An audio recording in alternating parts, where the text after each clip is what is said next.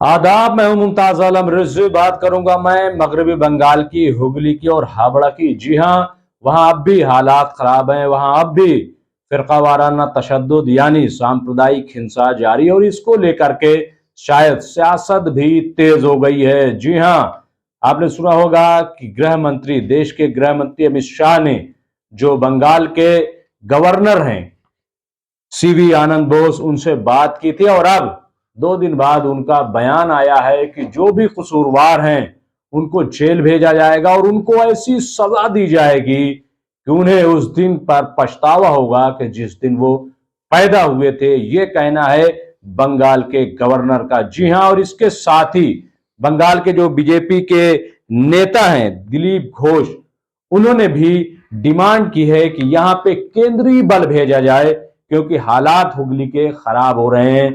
इस किस्म की मांग की है बीजेपी के नेता ने और उन्होंने कहा है कि दरअसल ये ममता बनर्जी जो हैं, उन्होंने ये जो यात्रा निकली थी, शोभा यात्रा, इस पर उनके गुंडों ने हमला कराया है, ऐसा इल्जाम लगा रही है भाजपा। लेकिन ममता बनर्जी के बाद उनके एक मंत्री शशि पांजा ने बीजेपी पर इल्जाम लगाया और उन्होंने कहा है कि ये जो शोभा यात्रा पर हमला हुआ है, दरअसल हमला बीजेपी पर नहीं बल्कि बीजेपी वालों ने ही गुंडागर्दी की है, उन्होंने ही अफरा तफरी का माहौल पैदा किया है और दिलीप घोष बीजेपी के लीडर वो शोभा यात्रा की कयादत कर रहे थे और ये पूरे माहौल को, ये जो दंगा भड़का, इसके लिए जिम्मेदार बीजेपी है, दिलीप घोष हैं।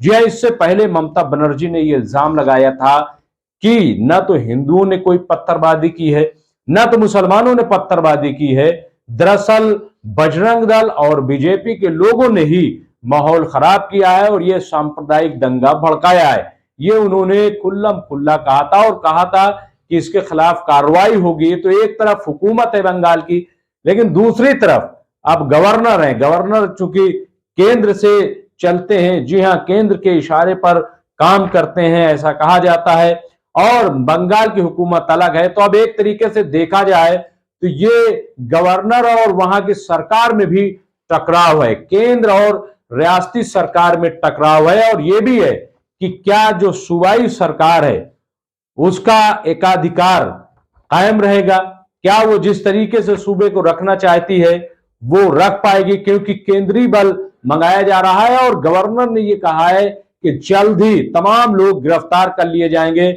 जिन्होंने पथराव चलाया है। तो कौन कह रहा है कि जिन लोगों ने पथराव किया उनको गिरफ्तार न किया जाए, लेकिन सवाल यह है कि कार्रवाई कैसी होगी।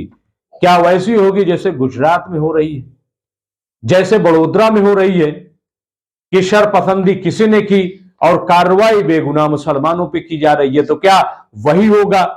सवाल यह है कि कई ऐसे वीडियोज आए हैं कि जिसमें आपने देखा होगा कि मस्जिदों में चढ़ करके होदंग मचाया गया, वहां भगवा झंडा लगा दिया गया, पत्थरबाजी की गई। ये कौन कर रहा है? और जिस तरीके की अफरा तफरी, और काफी लोगों ने सोशल मीडिया पर इसको ट्वीट किया है। तो मैं जानना चाहता हूं बंगाल के गवर्नर से कि क्या उनके खिलाफ कार्रवाई होगी या उन्हें इसलिए छोड़ दिया जाएगा क्योंकि वो तो शोभा यात्रा में शामिल थे, क्योंकि वो तो बीजेपी के लोग हैं, वो तो बजरंग दल के लोग हैं, क्या उन्हें इसलिए छोड़ दिया जाएगा? और अगर रिएक्शन में, रद्द अमल में किसी ने बचाव में अगर पत्थरबाजी कर दी या पत्थर चला दिया तो क्या उन्हीं के खिलाफ सिर्फ कार्रवाई होगी? ये एक सवाल है, क्योंकि सवाल इसलिए उठ रहा है क्योंकि यही अक्सर होता है। और फिर एक बड़ा सवाल जो तमाम लीडरान की तरफ से, अपोजिशन की तरफ से उठाया जा रहा है कि आखिर जहां पे बीजेपी की सरकार नहीं है वहीं पे हिंदुत्व खतरे में क्यों दिखाई दे रहा है, क्यों वहां अफरा तफरी मचाई जा रही है? बंगाल हो या बिहार, बिहार का भी मामला बहुत खराब है। और तो इसीलिए बहरहाल, और आपने देखा होगा कि खुद अरविंद केजरीवाल ने और अपोजिशन लीडरान ने ये इल्जाम लगाया है कि ये पूरा माहौल को खराब किया जा रहा है। कपिल सिब्बल जो कि रुकन राज्यसभा है और पूर्व केंद्रीय मंत्री है, उन्होंने तो साफ साफ कहा है कि दरअसल बीजेपी 2024 की तैयारी कर रही है, वो उसके लिए जमीन हमवार कर रही है और उसके लिए वो कहीं सांप्रदायिक दंगे करवाएगी, कहीं पे वो ईडी और सीबीआई और इलेक्शन कमीशन का अपोजिशन के खिलाफ इस्तेमाल करेगी, कहीं अकलियतों को टॉर्चर किया जाएगा, परेशान किया जाएगा। ये सब उन्होंने नुस्खे बताए हैं कि कैसे 2024 की तैयारी बीजेपी कर रही है। तो बहरहाल मामला बड़ा संगीन है, हालात अब भी कशीदा हैं। अब इस पर कैसे काबू पाया जाएगा, इस पर क्यों सियासत हो रही है, ये बार बार मैं सवाल करता हूं कि क्या जिंदगियों पर भी सियासत की जाएगी। जो भी कसूरवार है उनके खिलाफ सजा हो, लेकिन सजा एक तरफा नहीं होनी चाहिए। कार्रवाई उन्हीं के खिलाफ होनी चाहिए कि जिन्होंने वाकई माहौल को खराब किया है। बहुत बहुत शुक्रिया।